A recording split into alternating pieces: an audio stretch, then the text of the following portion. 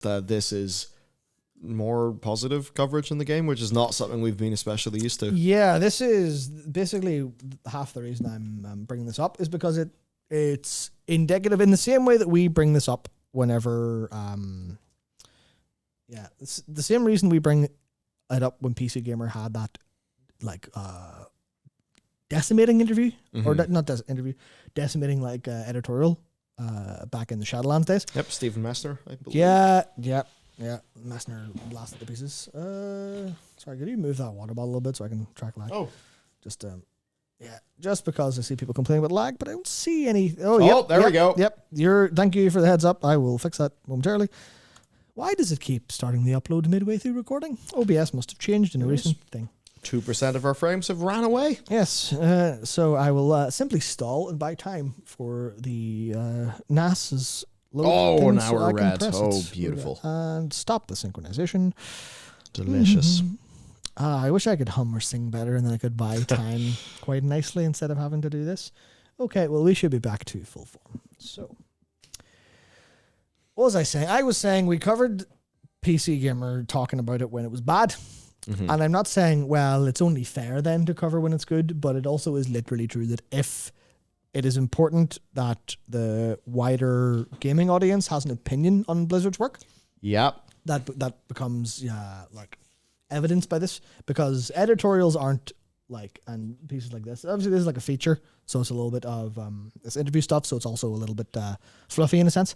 But if the wider gaming audience is seeing something, that's likely because that thing is true or close to it, because editorials usually don't get published unless people are going to click them and agree with them. Someone doesn't just say, I have an opinion, I'm going to write online.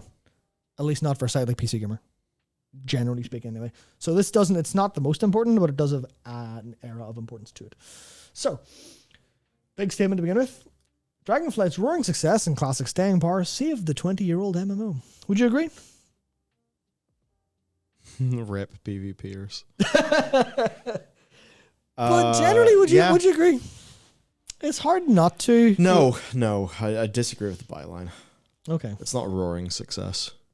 Yeah, I think that's just a joke on Dragon. Yeah. Unfortunately. But it's not just that though, because to say a roaring success is implied. No, it's been a quiet success, which is very much the opposite of roaring. As an example, we have those fairly good numbers for the recent Mythic Plus season of just continued play. That's good. It's not a roaring success. A roaring success would be us having a end to this expansion that excited people in the way that the end of Legion did. So, yes, dragons roar, but that does not mean that needs to be the byline. Mm-hmm. Fundamentally. So there you go. I've disagreed with PC Gamer. Drama. We're beefing. Very good. Very good. Yes. But then would you agree that Dragonflight and Classic have saved it without the extra adjectives? Yes. Sweet. Perfect. So this is basically it. Words have a meaning, damn it. You can't just be like a dragon roars, therefore we'll say it's a roaring success, because a roaring success is different to a success. Anyway. Yeah, no, but World of Warcraft soars triumphantly. That's insane.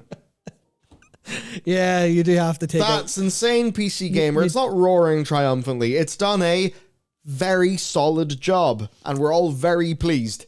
But again, soars triumphantly would say that we didn't have, come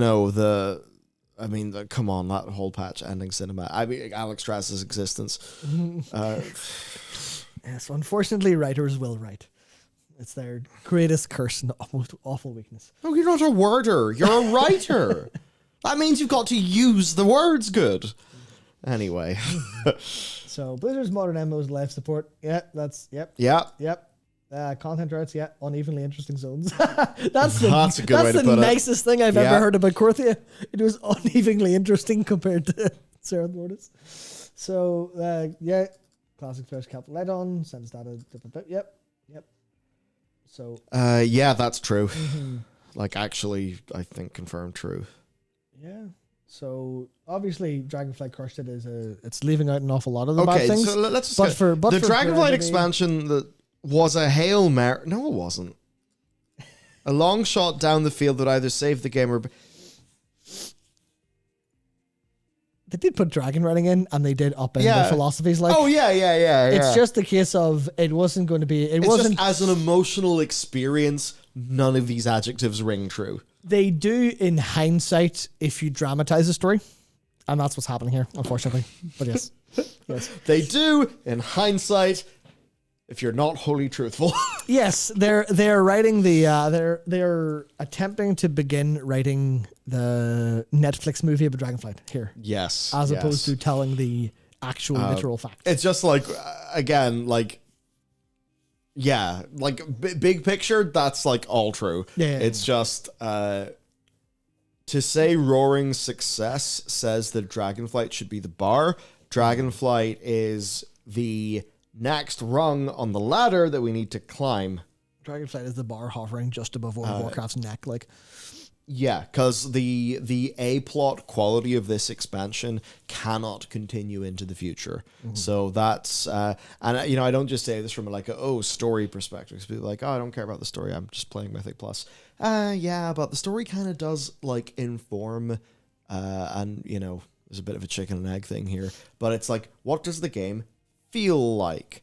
What does the new content feel like? What do the zones feel like? The dungeons feel like? So it's, you could say the story is a result of the gameplay mechanics, or the gameplay mechanics exist to serve the narrative of the world. Point basically is it's called World of Warcraft. It's got to have a really damn good setting, and a part of that matters is the A-plot.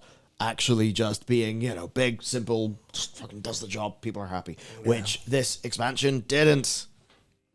Your game is a thing that is made of different things. And if you have really good gameplay and a bad story, then you might not have a good game, depending on how much of that game is story versus gameplay. And in an MMO, an awful lot of it is world and story and engagement and engrossment. And they actually are pretty, Blizzard are pretty open about this at the end of this. Yes. Because there's some interview segments. So this is the fucking, that's a big statement. Like, gonna say that's a big statement. Yeah. I could see where it comes from. But it's a big fuck statement. There's a subjectivity involved there, but it's a good patch. It's not one of the best the game has ever had, and certainly if you want to think about some sort of narrative, even compare the horrific visions, big good feature, lots of extra stuff, game to play. Like where's that here? So that's that is falling, I believe, for one's own argument. Which is very much what's happened like throughout the entirety of this as a feature. Unfortunately, it is like, in that way, it strongly resembled Legion because it revamped almost everything in the existing game. I don't know if it resembled Legion. Consolidated. Yeah. Yeah, because no, it actually, I think that is to sort of partially miss the point. Legion was like hyper palatable junk food, and there was always going to be a price to pay for the thinking that went into that. Exactly. I mean, Legion's good, by the way. Like, Legion's great. Legion was great on fantasy. Legion was, it totally like nailed fantasy. It's just that systems wise, not all parts of Legion would be sustainable going into the future, which is one of those problems when it's got to be a game that will run forever. Okay, new pool of dungeons was interesting and varied. The raids were consistent, comfortable, improved over the course of the year. I'm gonna hard disagree, but I thought Aberrus was ass. Yeah, Emirdrasil's better than Vault. And both are better than Aberrus. Yeah. Aberrus was, I think, okay plus. Like, there's fights in there that I enjoy. It's just there is a little bit of unevenness in that raid. And I don't understand the unevenness. I don't know if this is true. I don't know if I think Vault's better than Emirdrasil. I can't quite say that with complete certainty because Did I say that? You said Emirdrasil's better than. You said Emirdrasil's better than Vault, which is better than. I think Emirdrasil is better than Vault, but that's with the sort of caveat of within the context of post Aberrus what raids are, because that's different now with how they're being tuned. I think Vault was just more fun for me. But then that's subjective, and I was playing Feral and having a good time, whereas I'm not having as good time with Pumpkin. Big part which is a huge part of that. But at the same time, I think Razagath really liked Dethea. Razagath and Dethea, they were like both tremendous fights. Yeah, and Tindrill's dragon riding is fine, but the fight otherwise is fucking boring. Quite, yeah. So boring. Varak's really good, though. Frax Prince. Yeah. Well, let's see if we continue to agree or not agree. Amir Drasil, the best raid since Ulduar. I'm gonna hit you with a. That's very subjective. Yeah, that's not. But nah, that's not. I wouldn't write it like that unless I literally had opinion brackets as like the first part of my headline. Yeah, definitely. You could say many consider it to be, but to sort of have the authorial voice kind of be like the best raid since Ulduar is like really odd. I mean, even compared to Ulduar, there's loads of people who would say that Throne of the Thunder King is a better raid. So that just is weird. Yeah. I mean, it is good though. Anyway, so yeah, fair. Mythic Plus dungeons. So far, actually, I think those have been a really big win. There are a huge amount of caveats from like proper like M plus players for sure, based on a lot of balance at the like high end, things like that. Oh, they're playing at the high end. Yeah, but generally, I think they have been. This would be so much worse than expansion if we were doing the Dragonflight dungeons all fucking every season. Oh god, yeah, that's for sure. So it's really hard to disagree with the. I guess basically there's an awful lot of fluff that's saying this is the best, when that's a wee bit of exaggeration. I think the downside is if you're writing a feature article for PC Gamer, there's just things that come with that. Yeah, you can't really say Mythic Plus dungeons and this patch brought back a collection of previous expansion dungeons. But like they're fine. It's an okay dungeon pool. to take a look at this, right? So for recent weeks, I just clicked over because it sent it to me again in DMs because Blindstalker's been continuing to tally up the numbers. We're still at like 2.1 million runs week 5, week 6, 1.7 million, obviously lower because holidays. Week 7, which just finished last reset, 2 million runs. Jesus. So actually we're seeing really, I think, good consistent numbers. So it does show like, New Mythic Plus is actually working. Very much. Classic. Yes. Yeah. Big win. Great. And saying, that's like ridiculous. Other than a few minor missteps, the cringeworthy Avengers-esque cutscene between Alex Raza and Farak in retail, for example, it's an amazing time to be playing in it. Okay. Yeah. The bit to be playing any flavor of WoW, that will all just depend on what a certain player's view of playing is. Yeah. Certainly, if you are like very much driven by the end game pillars, brackets not PvP, good time. Very good time. Even just think about the amount or just how much less bollocks you've got to go through than in other parts of the game's past. Indeed. It's just that thing. I think what always gets me is if only we had a level of, the narrative being strong, the sort of cool moments actually being cool and not being, yes, I totally agree, the cringeworthy Avengers-esque cutscene. If only that stuff could match the gameplay being strong. Exactly. So I'd say, I'd like to say for a pretty good series, a pretty good number of players, that statement is pretty true. Yeah. It's an amazing time to play. Yeah. For a while. So, a new era of transparency, which is, I think it was more like every 8, but I mean, it's a lot. Yeah. Pace and level of transparency. Yep. Agree. In the past, Blizzard wanted to pleasantly surprise. Surprise? Yes. Pleasantly, never. And I think that works okay up until a point, but I think especially now people want to know they're subscribing, they're showing commitment to us. They need to know that they are committed. For the longest time, people just didn't. I mean, because the game was just kind of in winter. Yeah. It was scary for sure. Making commitments is scary, says Ian as a coaster. So it's been a process the past couple of years of letting our guard down in some ways. Yes. They then talk about the retention. There are more active players now than there were at expansion's launch. Do click through that hyperlink. Do that. That's interesting.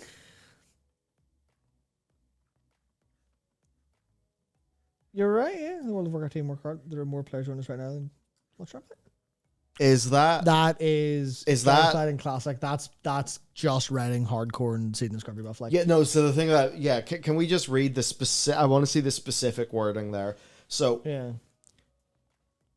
with more players joining us than we saw at the launch. So that is basically just communicating that overall their number is higher than it was at the launch of Dragonflight in November 2020.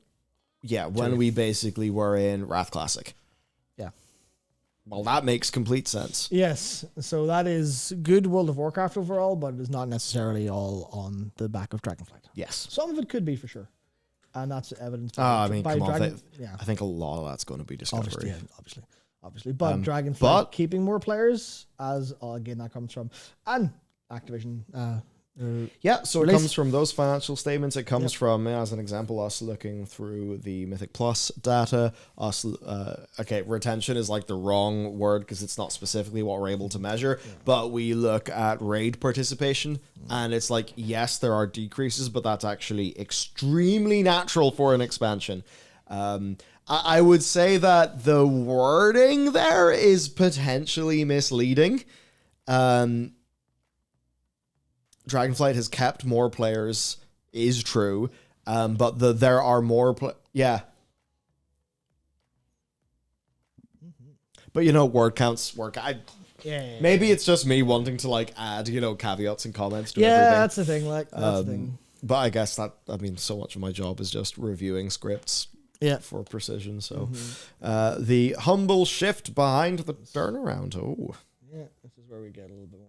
Yep, talking about fun detected. Developers saying they're listening. I'll be honest, at the time I thought it was a PR ploy to save a failing game. Fair. I think most people did think that. We had zero trust in anything they said. And that's the thing. For good reason. Yeah, trust had to be earned, and they proved that they didn't deserve it at that time. What they'd done. We have transformed, Height told me. I've been at Blizzard a dozen years now. We've transformed from being product-centric to being more player-centric. Dragonflight's agency. You haven't made any fucking products.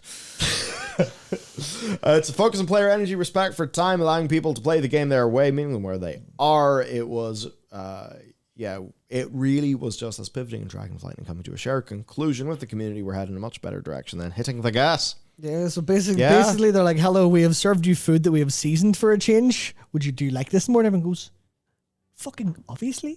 Can we have that, please? You went, you want? Yeah. You want good? Damn. I thought all this time we thought you wanted bad. But there's even been those times where it's like, people would actually want anything because they're just hungry. Yeah, that too. That's very true. Yeah. Veteran Blizzard storyteller. Sure fucking is. Working the crowd. So obviously we know all that. They dropped the content calendar, which we'll talk about a little bit. Wait, we're really showing all the logos. We're going to tell them all of that. What do you mean, Chris? Hans goes to said with a laugh. Speaking it out loud makes it real. Signals the players with a big ambitious plan, and that clarity is tremendously helpful across the development team. From a creative perspective, knowing the certainty where we're going, which is all things we said. Yeah. We all expected that was kind of the point behind it. Whenever we saw it happen, we're like, obviously they're like, well, okay, here's the fucking go make it. We've planned it. Go make it. Fill in all the holes. We'll get now. You know where what the sculpture we're all building together is supposed to look like, as opposed to when you don't have communication and you're like, well, yeah, I've made this beautiful work of art, and someone went, sorry, I just halfway through making dinner. I thought we were cooking something. It's completely different sides of the spectrum. I didn't have an allegory. Okay, our monitor's gone. Yes. It's back. Are we still streaming? We're still fine. Yay, we work. So I was slightly too agitated there. My allegory's terrible, but you know what I mean. They two different visions, two different missions, accomplishing two different goals, or many different goals across the company. That's what was happening, largely speaking. And it's good to see that they thought the exact same thing. But even I think, assuming Ian isn't just sort of saying stuff for like comedic effect in an interview. What do you mean, Chris? Tell you what. What do you mean, Chris? He's a funny fucker. He is, yeah. He is. He's a funny fucker. He is. Because he can have that sort of quiet, reserved energy that, he's always had. But then, you've got that thing of like, not to... I've just assumed that like Ian is a little bit more of an introvert because I guess I'm one and maybe I just see that in people easily. But like, the transformation of like when he was like newer on the job of being super public facing to like now where I feel like it's almost as if he just feels like, actually, no, I think I can land this joke shot. And he sort of keeps on doing it.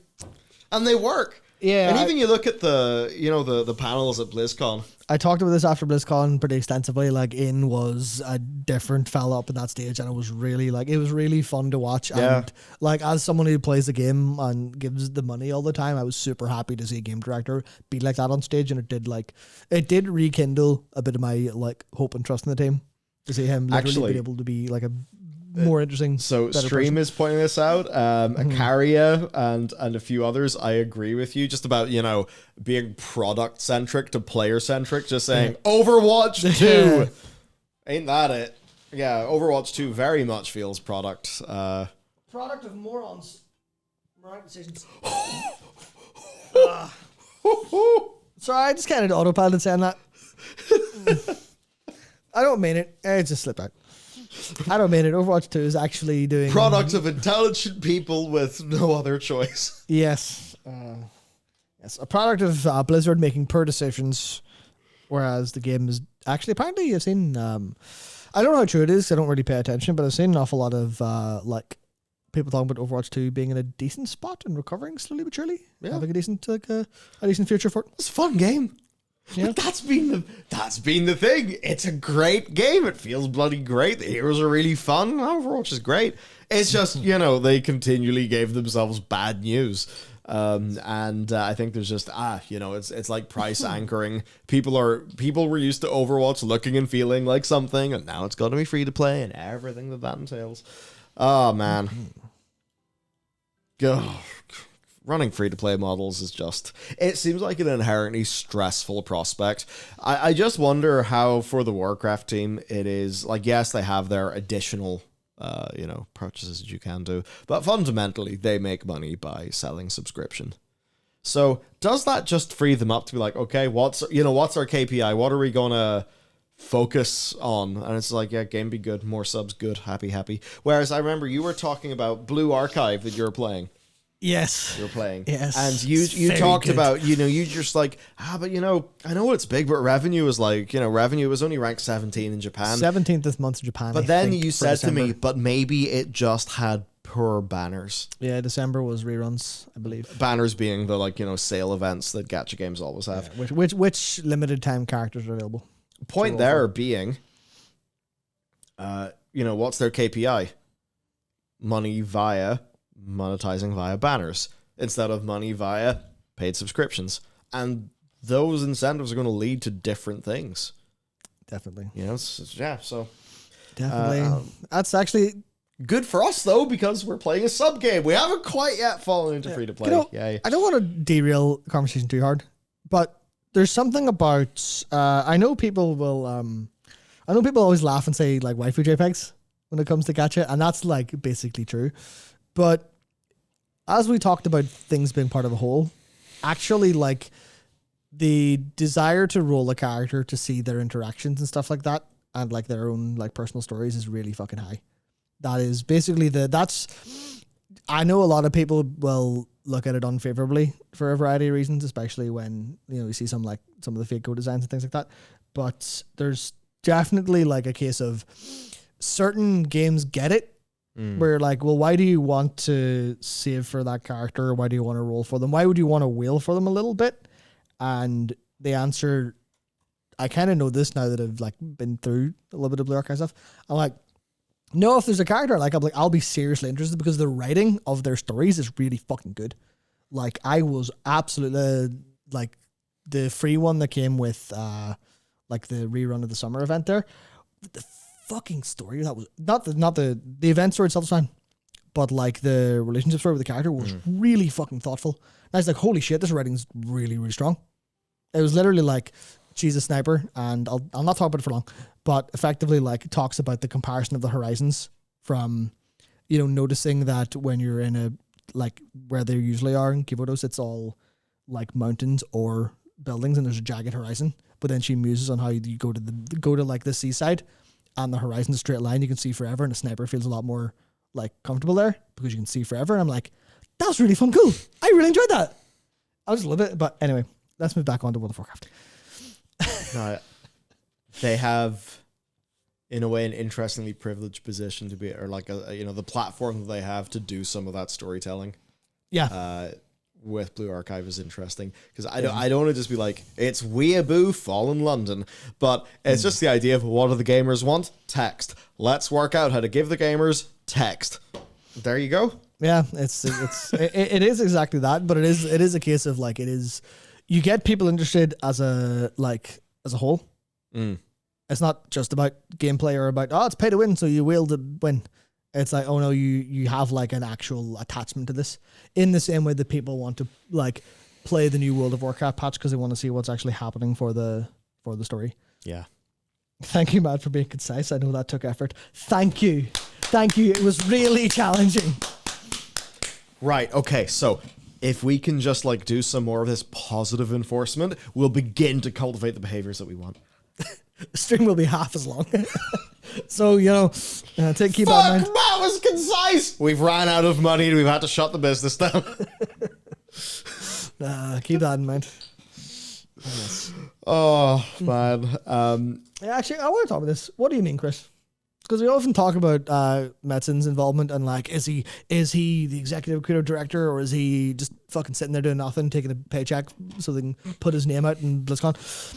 And it seems like if there's any truth to that, it seems like Metzen is kind of driving in the driver's seat properly. Yeah. If he's saying like, we've got these 3 expansions, fucking tell them all. Just go and reveal it all. Like, he is a Blizzard employee. He's working. Yeah. So it's very much seems like he, at least, I don't want to say it was like, because we're reading a lot into a single line, but it does seem like there's a lot of that kind of energy of fuck it, chill the whole story. And we've talked about how that is such a strong thing for us seeing the future and communicating with it. Like, yeah, that's excellent. Yeah. So, man, yeah, good. Right. What else is? Yeah, no pirates.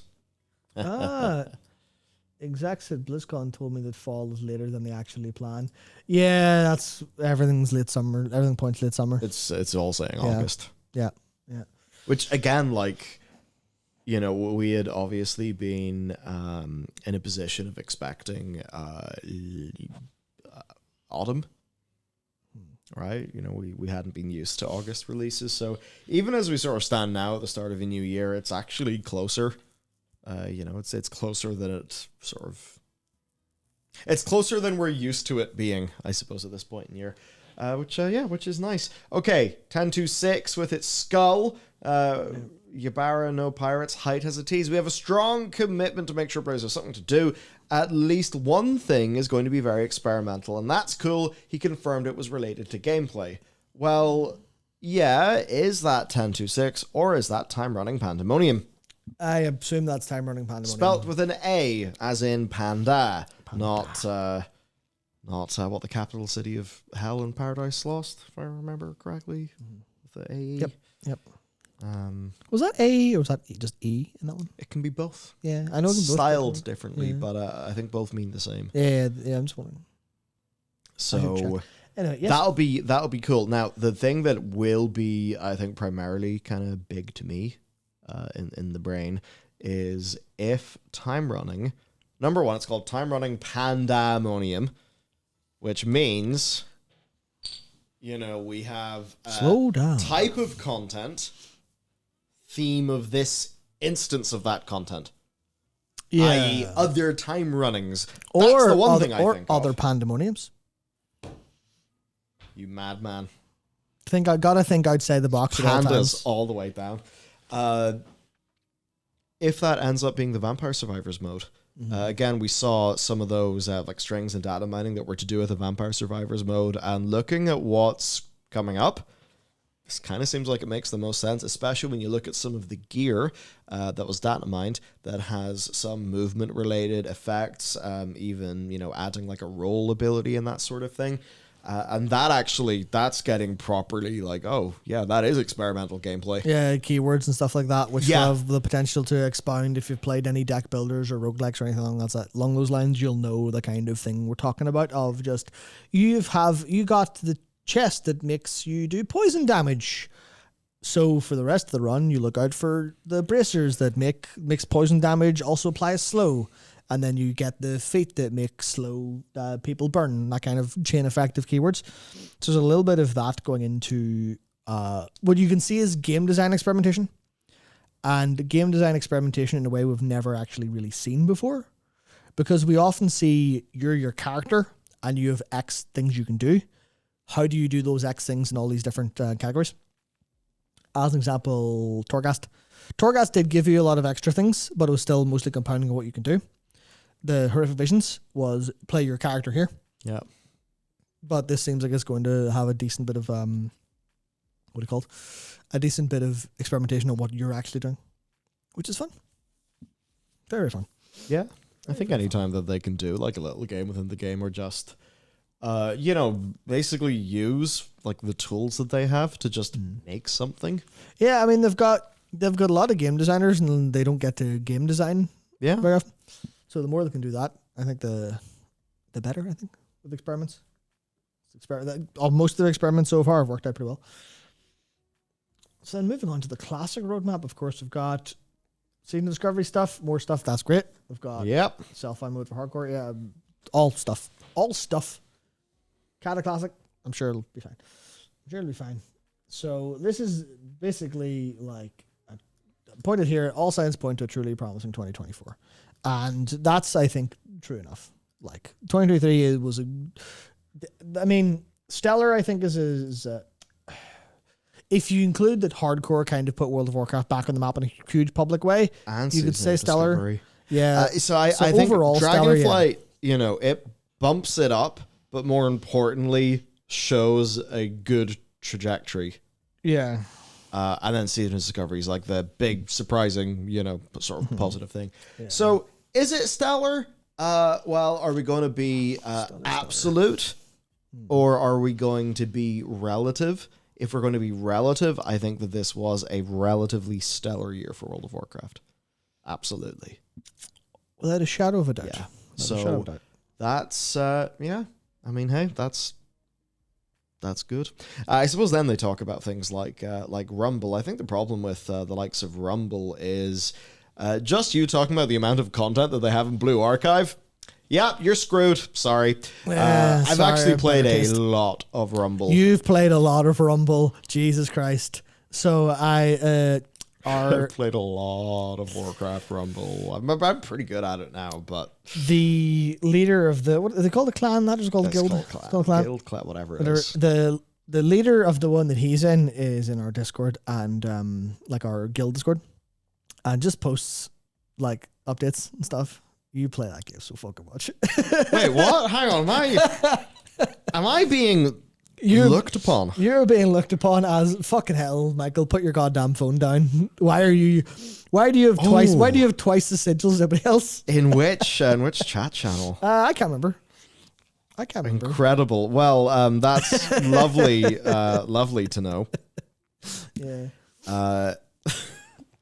Yeah, Luke's been outing you as an addict, Like it is for an upcoming video. I've basically worked out like fully how their monetization model works. The only thing is I actually the Arclight cores that are used to upgrade, not just the energy, but the cores that are used to upgrade from common to uncommon, from blue to purple, and I suppose eventually from purple to orange. I have in no way found that I'm in any way pressed for those. I've always had them. Yes. So I'm now just thinking in what universe would I have a problem with these cores and how they monetize me in that universe. So I'm wondering if I kind of understand what the minnow version of this game is, and I don't know if like the whale version of the game is going to be there in those cores, because you absolutely can swipe your way to a completed collection. It will literally just be the board gives you X amount of options, and you have 50 or however many minis there are. You get them up to legendary quality. I don't have any legendary quality things. I have like 1 or 2 epics. But that's just like literally, in and around 100 gold equals 1 star. 5 stars, 10 stars, 25 stars. I think it's 25 stars again. All of those stars times 50 minis, about 100 gold equals 1 star. Then is it? Yeah, 100 gold is like about $1 in those games usually. So yeah, you can actually math out basically what the game costs pretty easily. Remember, and this is funny because I think I want to do a video on it. The TV show was well ahead of its time. If anyone's, I don't know if it's still going. I don't know if anyone is. I mean, I'd say anyone's old enough. You're all old enough for sure. Maybe you're not young enough. Did you ever watch Dora the Explorer? Because that had advice well ahead of its time. What? Swiper, no swiping. What? Do you watch Dora the Explorer? Yeah, I watched Dora the Explorer. My sister was around that age. When there was one. See. So yeah, swiper, no swiping. Remember that incredible tenet of wisdom from Dora the Explorer, and you'll have your way. What was she swiping or not swiping? It was a fox called Swiper who would steal her stuff. And every time he would appear on the screen, her and her monkey boots, and I don't know if the map joined in, we're able to stop him by going, Swiper, no swiping, Swiper, no swiping, Swiper, no swiping. Because they couldn't like shoot him. This is like a children's show, but they're like, don't be stealing, mate. And that was that. So yeah, remember that. Don't swipe your credit cards or steal from toddlers. Why she was out why she was out exploring by herself, I think that's highly irresponsible, but anyway. Yeah, swiper, no swiping. And there we have it. Yeah. So I mean, overall, fair. This has definitely been one of World of Warcraft's best years, and it seemingly is one of its best years that could reasonably lead to better years. And I would say better years in a form that is structural. It's like that thing. Do we think about what we should do, or basically systems thinking, which is important. Yeah, just think entirely in allegory and vague ideas. You're sort of. Well, it's just like, Legion is great. We're all very happy. Hope it's not shit next time. Whereas it's not going to be like that now. I mean, yes, there was we had fun. Hope War Within isn't shit. But it seems the chances of it being shit are way lower based on all of the decisions we've seen them make and what the content schedule is like and their actual track record of delivering it. And that's like the thing, because I think when people don't want to just be edged on, sometimes happy, sometimes not happy for another 5 years. What they want is to know, okay, I could maybe commit to this because the people who are making it seem to have committed to it as well. Mm-hmm. And perhaps we are seeing, well, I don't know, that just seems like a more credible thing to assume, given they're actually hitting their roadmap and their plans seem to be better. So yeah, good, happy. Yeah, there we go. They have put the wheels back on the wagon and are on the road again. That's most of it, to be honest. That's most of it. Very good. Yeah. So we really tore the ass out of that article. Wow. We got plenty of content out of that. Thanks, Heather. I mean, I think it was like, especially from the angle of this is what people are saying about it. Obviously, we'd say there's a lot of exaggeration for the sake of being a feature on a site and not being middle of the road and going, Dragonflight's sort of okay, it's sort of improved things. It's a little bit exaggerated a little bit, but at the same time, the general vibes of World of Warcraft or Warcraft, good direction, people happy is largely true. It's just it doesn't quite sell how much work still needs to be done in the smaller ways. But if they have, built the machine that builds the machine, then we can sort of We can, you know, with what we've got, we can expect a process of continuous improvement to I think happen. Well, I mean, if they can fix Mythic Plus, they can fucking fix the story. Like, yeah. Put it that way. Wow. Oathstones. What do they do? We'll find out in the Dragon. You guys worked out?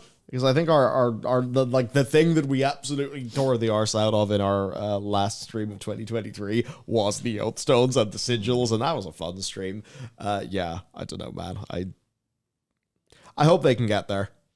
I really do.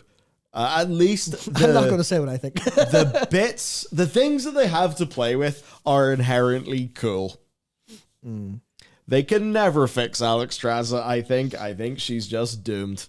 I can fix her. No, sorry.